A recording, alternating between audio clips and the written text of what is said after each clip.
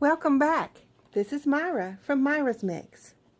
What you're looking at is a piece of glass that I consider my glass mat. And some other people have noticed it and wanted to find out a little more about it. Unfortunately, I can't tell you where to go get it. I used to be a big yard seller, and I actually picked this piece of glass up at a yard sale. I love working on glass with paints. Watercolors, wash right off, of course. Acrylics, even if they dry on here, you can scrape them off with a razor blade or a credit card. And the same thing with oil paints. It's a nice surface to cut on. It's easy cleanup with ink pads or re-inkers. There's just a multitude of reasons why glass is the way to go. And when I bought this, I actually was not as into crafting and painting as I am now. However, it just seemed like a deal I couldn't pass up. The edges are smooth and rounded off, and it's such a nice size. This one is actually 14 3/4 across and 12 3/8 tall. If I actually wanted to get this on purpose, I would go to my glass shop and I would order it, but I think I would get it a little wider and a little taller, but not by much. This is really a nice size. It works great for a palette, and it also is wonderful for a work surface most of the time.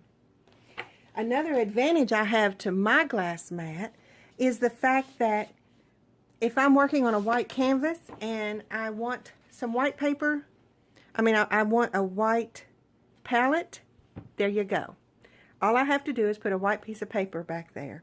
If I'm working on a black canvas and I want to be able to mix my colors, when you're mixing colors for paint, when you're painting on a canvas, a lot of times a white canvas is going to give you a completely different look on that color than when you get it up on your black canvas.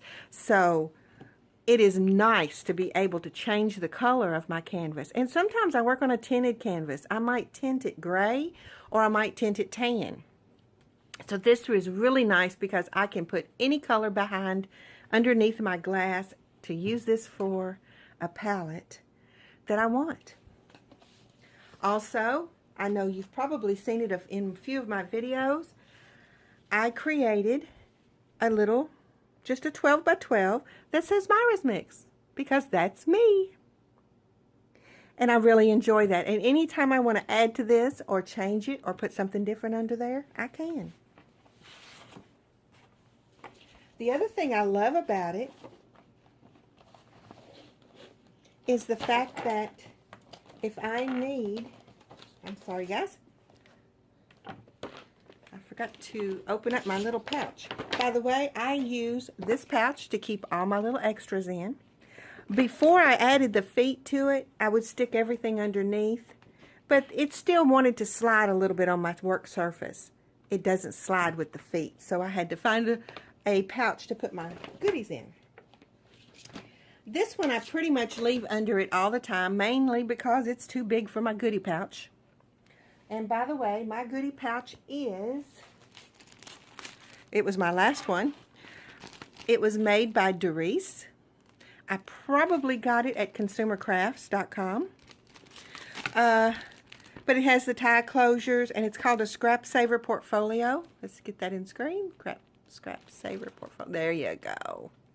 And it's actually a 13 by 13. So most things fit in it really well, and it will expand up to 1 1/4 inches. See if you can see that. Okay. And it's great when you're working on a project and you want to keep, maybe you're in the middle of it and you have to put it away. You can keep all of your stuff together. So I really enjoy that. However, it is not big enough for this. This is 12 by 12 with a 1/2 inch on it, so it's 13 by 13. It'll fit in there, but it's kind of snug. I think it may be 1/8 or so bigger. So I can slide this right under there. It goes right in between my feet. That's on the thing, and it's really nice. Now again, my table is brown. So say I am having trouble seeing those black lines. Take my white paper that I might use for a palette paper and put that underneath. Now I have a white surface with black lines. Now, some people have trouble seeing black lines and white surfaces, and they would prefer a darker surface. Excuse me, tongue-tied. Easy for me to say, right?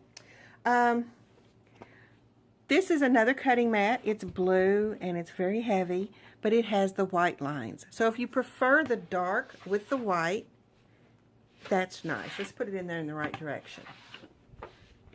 Now, this one is made by Art Skills. I have no idea where I got it. If I had to venture to guess, because I've had it so long, probably Walmart. The first one, the clear one that I talked about, it is made by the Paper Studios, and I believe that that is a brand that Hobby Lobby carries. So, most of the time, I keep the clear one. I keep most of my things here because the clear one sticks out enough it's easy for me to grab and move. But there you go. Now, I will give you an idea. You can go to your glass shop in town, maybe, and ask them to cut you a nice thick slab of glass, and to be sure and ask them to smooth the corners out. I have no idea what it would cost. Also, if you're working with wet things, just be careful about what's under there. Make sure, like my MirA's mix, I might not even leave that under there if I was afraid that water would seep.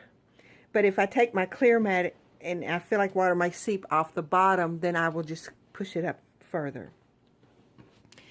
But there you go. That is the way that I have come up with a glass mat that works for me.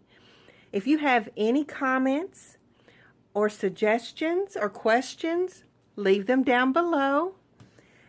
If you enjoyed the video and found it helpful, please hit the like button. And if it's your first time to my channel, please subscribe. And if you would like to see what I do next, hit the little bell and it'll let you know when I have uploaded a new video. Thanks again. Hope you're having a wonderful weekend. This is Saturday for me. And I hope to have another video out to you very soon. Ta-ta for now. God bless.